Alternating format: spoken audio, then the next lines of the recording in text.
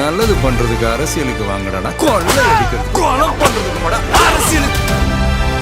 Actor Ravi மோகன் and அவரோட வைஃபான ஆர்த்தி ரவி இவங்க 2 பேத்தோட விவாகரத்து மனு சென்னை குடும்பநல நீதிமன்றத்துல விசாரணையில இருக்கு. சோ இந்த நிலையில ஆர்த்தி வந்து கெனிஷா மேல ஒரு கம்ப்ளைண்ட் பண்ணிருக்காங்க.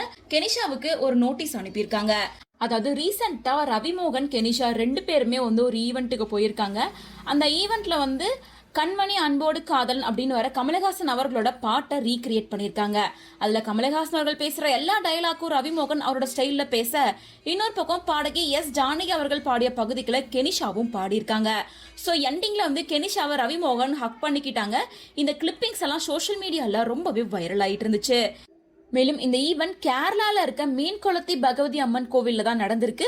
ஸோ அதனால கெனிஷா அவங்களுக்கும் ஜெயம் ரவிக்கும் இந்த கோவில் எவ்வளவு முக்கியம், அவங்க வாழ்க்கையில எந்த அளவுக்கு கனெக்ட் ஆயிருக்கு, அவங்க 2 பேரும் எந்த அளவுக்கு ரொம்ப கனெக்ட் ஆகியிருக்காங்க அப்படின்னு பல சுவாரஸ்யமான விஷயங்களை வெளிப்படையா பேசியிருக்காங்க. ஸோ இது எல்லாமே சோஷியல் மீடியால வைரல் ஆனதுக்கு அப்புறமா கெனிஷா ரவிமோகன் எடுத்துக்கிட்ட பிக்சரை கெனிஷா அவங்க சோஷியல் மீடியா பேஜ்ல ஷேர் பண்ணியிருக்காங்க. அதை பார்த்த ரசிகர்கள் பலருமே கமெண்ட் பண்ண ஆரம்பிச்சிருக்காங்க. அதுல ஒருத்தர் வந்து ஆர்த்தி வந்து ஒரு அழகான ராணி, ஆனா நீ அப்படி கிடையாது அப்படின்னு கெனிஷாவை மென்ஷன் பண்ணியிருக்காங்க.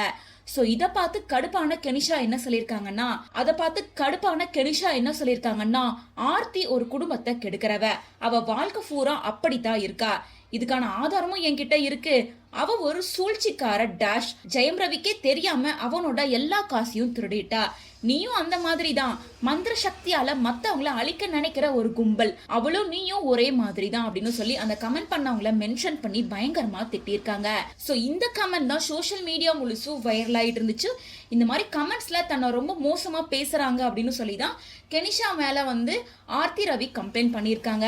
மேலும் நீதிமன்றத்துல இந்த மனுவை விசாரிச்ச நீதிபதி இனிமே ஆர்த்தியை பத்தி எந்த ஒரு அவதூறா பேச்சையும் பேசக்கூடாது, ஆல்ரெடி பேசியிருக்கிறதான விளக்கத்தை ஆர்த்தி ரவிக்கு அவங்க கொடுத்தே தீரணும் அப்படின்னு சொல்லி கம்ப்ளைண்ட் பண்ணியிருக்காங்க. ஸோ இந்த கம்ப்ளைண்ட் வந்து பதிவானதுக்கு அப்புறமா அந்த கமெண்ட்டை கெனிஷாவும் டெலீட் பண்ணியிருக்காங்க. மக்களுக்கு நல்லது பண்றதுக்கு அரசியலுக்கு வாங்கடா, கொள்ளை அடிக்கிறது கொலை பண்றதுக்கு அரசியலுக்கு.